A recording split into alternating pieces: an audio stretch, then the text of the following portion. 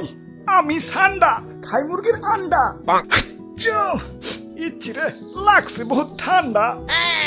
Saudi আরবে কফিলের যন্ত্রণায় 1971 সালে আমার দাদা পরদাদারা সৌদি ছেড়ে বাংলাদেশে এসে বসবাস শুরু করছিল। থ্যাংক ইউ দাদু।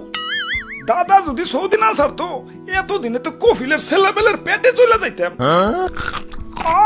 সবুজ শ্যামল বাংলাদেশে খুব রিল্যাক্সে আছি।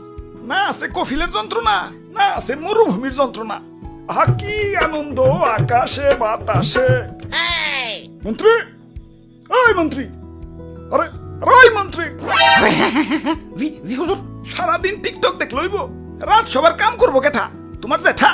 আরে হুজুর দেখেন না, নেট দুনিয়া তো পুরাই ঠান্ডাময়। আপনি তো পুরাই ভাইরাল হয়ে গেছেন। নেটে ঢুকলেই খালি আপনার ছবি। কি করো তাই নাকি?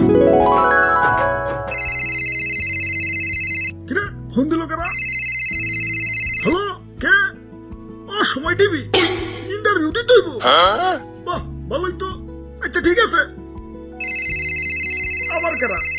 হ্যালো, কে? নিউজ 420 কি? আপনার চ্যানেল ইন্টারভিউ দিতে হইব? আচ্ছা আচ্ছা ঠিক আছে। হ্যালো, না না ইন্টারভিউ দিতে পারব না, ব্যস্ত আছি। ফোনের উপরে ফোন আইতাছে। ধুর, ভাইরাল হয়ে যন্ত্রণায় আছি। ফোনের পর ফোন। এই বাঙালি নিউজ রিপোর্টার কি খাইয়াতে কোনো কাম নাই? কেউ ভাইরাল হইলি হয়, ওরে নিয়ে নিউজ বানাইতে বানাইতে জগা খিচুড়ি বানাই দেয়। মানুষে বাদ দিয়েও সারা পারে না, ওইটাও নিউজ হয়ে যায়।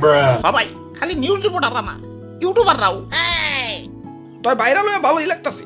নিজের পুরো মেগাস্টার ফিল হইতাছে। সাকিব খান রে ফোন দিয়ে ক বরবাদ টুতে যেন আমারে রাখে। আরে হুজুর, খবর কিছু রাখেন। বরবাদ টুতে আপনারা রাখবো, নিশ্চয় রাখবো। তো এই অ্যাক্টর হিসেবে না, খাবার টেবিলের খাবার হিসেবে। কি কও তুমি? হ্যাঁ, দেশে ঠান্ডা ভাইরাল হওয়ার পর থেকে দেশের পাবলিকরাও আমাকে ধরে ধরে খাওয়া শুরু করছে। অনেকে তো ঠান্ডা ভেবে বেচারা ঘুষাবেও ছাড় দিতেছে না, ঘুষাবো খাইতেছে। কও কি সৌদির কফিল কি বাংলাদেশে বললো নাকি? হুজুর এই মাত্র খবর পাইলাম, সুলতান ডাইনে ঠান্ডা বিরিয়ানি চালু করছে। এতক্ষণে কাম হইছে, বংশ তো নির্বংশ হয়ে যাবে।